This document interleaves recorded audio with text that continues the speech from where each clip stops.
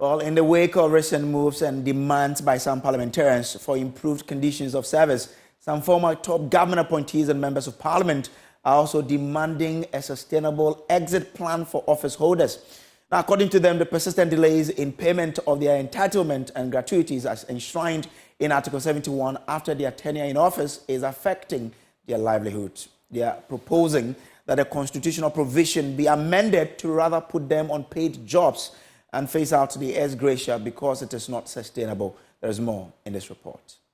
Already a fierce resistance from labor unions and civil society organizations for the adjustments of emoluments and privileges of Article 71 office holders. Article 71 is an entrenched position in the 1992 Constitution and as such has very strict rules relating to its removal and cancellation. It can, however, be amended. The ongoing engagements is for the Presidential Committee on Emoluments and Privileges to collate the views of stakeholders and make recommendations to the President for consideration. Some former MPs and top government officials believe the continuous payment of ex gratia is not sustainable. I lost in 2012 election. I couldn't go back to Lands Commission, but I need to pursue my political career. And that's what I'm saying, that look, it is better for us to look at a way where some of these people can be absorbed in the institutions in where they were coming from. And by so doing, as somebody also rightly suggested, it might not be a burden to the government. Maybe the person can be a second man to parliament or something. I think the committee should expedite action and make recommendations that will make it such that we don't have to wait for 4 years for our benefits to be computed.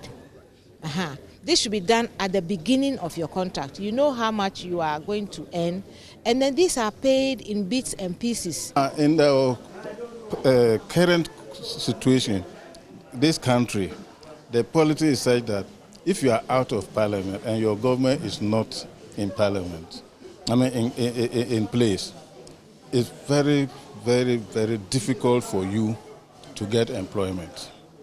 Others are such that, like I gave myself out as an example, I've risen to Minister of Information. It will be very difficult for any media house now to employ me because they will think that they cannot control me because of my former status. So I'm permanently out. 7 MMDCs are also raising issues about the ambiguity surrounding the appointment and demand clarity. Dean of MMDCs in the Central Region and DCE for Ejumako, Ransport Nyako, highlighted this concern. You presume that we are Article 71 office holders. However, the Constitution says that when it comes to our salaries, it must be determined by Parliament. And even here, we don't have that clarity. Should it be determined yearly, monthly, at the beginning of our tenure, at the end of our tenure? Or that the Constitution says that our salaries shall be determined by Parliament. Okay, so until a determination is made by Parliament, we are stuck. Meanwhile, you can't go in there and claim whatever benefits that is due Article 71 office holders because we are not deemed to be an Article 71. What do you want the committee to do? So we just want clarity.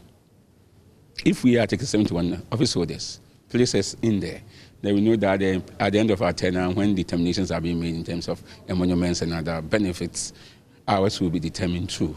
If we are not, then let us know that for the DC, you are not an Article 71 office holder, and so this is how your salaries are going to be determined by Parliament. Meanwhile, Chairperson of the Presidential Emoluments Committee, Dr. Janet Mpedu, says the President will have the final say on their recommendations. Now, we hope that we can get our work done so that the President can consider it and make his recommendations and discuss it with Parliament, so that the legislature will be able to then also review it and work on it before we get to the end of the year. It's not in our hands. We will do our work. We will send our recommendations to the President. The rest of it is really out of our control. And we hope to be done by June, July of this year, to be done with our recommendations. And let's remember that they're recommendations. We do not make the final determination. So once we've done our work, the one who commissioned us, we go back to him with the report, and he will then consider it and take it to the next steps.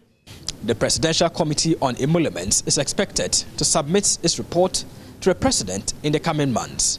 This will determine the emoluments and privileges of the current serving government appointees. Reporting for Joy News, Samuel Mbura.